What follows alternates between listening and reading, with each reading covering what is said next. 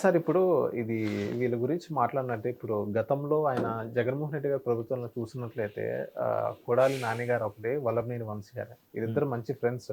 హ్మ్. సో గతంలో ఎలా మాట్లాడారో మీకు తెలుసు. హ్మ్. హ్మ్. కానీ ఇప్పుడు వీళ్ళిద్దరు గాని ఇంకా ఇలాగే కొంతమంది కనిపించని పరిస్థితి. హ్మ్. సో వాళ్ళ వాళ్ళ గురించి ఏమైనా చెప్తారా సార్? ఇప్పుడు వాళ్ళు కూడా బయటకొచ్చి ఒకవేళ అడిగామనుకోండి, మేము బయటకొస్తే వీళ్ళందరూ భయపడతారబ్బా! అందుకే బయటికి రావట్లేదు అంటారు. హ్మ్. జగన్మోహన్ రెడ్డి గారు ఏమన్నారు? నేను అసెంబ్లీకెళ్తే వాళ్ళు భయపడతారు. అందుకే నేను వెళ్ళట్లేదు. హ్మ్. ముందు వెళ్ళమని చెప్పండి ఎవరైనా.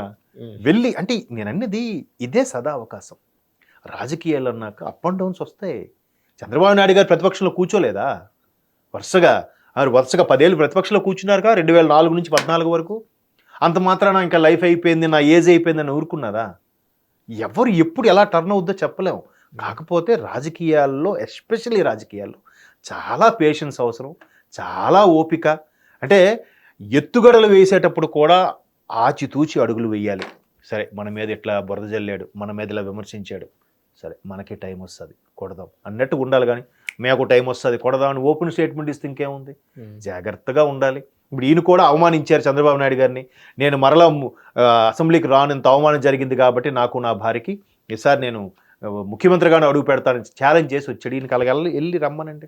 అలాగని ఒక్కరోజు వెళ్ళి వచ్చేవాడు కాదు. ఆయన ఎప్పుడు ఇంకొక 1 ఇయర్ అంత ఉందనగా కదా ఆ ఛాలెంజ్ చేశాడు. 4 ఏళ్ళు మరి భరించాడుగా చంద్రబాబు నాయుడు గారు. మీకు 4 ఏళ్ళు వద్దు, 4 నెలలు వెళ్ళమనండి కనీసం.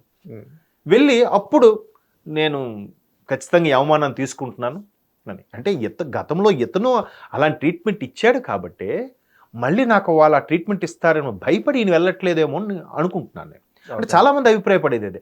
అరే అన్న అసలు ముఖ్యమంత్రి అవ్వకముందు ఎంత అగ్రెసివ్గా ఉండేవాడు రా. మొన్న ఒక వైసీపీ మిత్రుడు, వైసీపీ కార్యకర్త నా మిత్రుడు ఇక్కడ యూఎస్లో ఉంటాడు. తను అనగా అసలు అన్న మాట్లాడితే గూస్ బంప్స్ వచ్చేవి, ఎంత ఇదిగా ఉండేవాడు. అలాంటిది నాకు అసలు ఏదో జరిగిందిరా, ముఖ్యమంత్రి అయిన తర్వాత అన్నలో చేంజెస్ వచ్చాయి, ఎవరో రాంగ్ గైడ్ చేస్తున్నారా అన్నాడు. అంటే వాడికి అంత అభిమానం జగన్మోహన్ రెడ్డి గారు అంటే.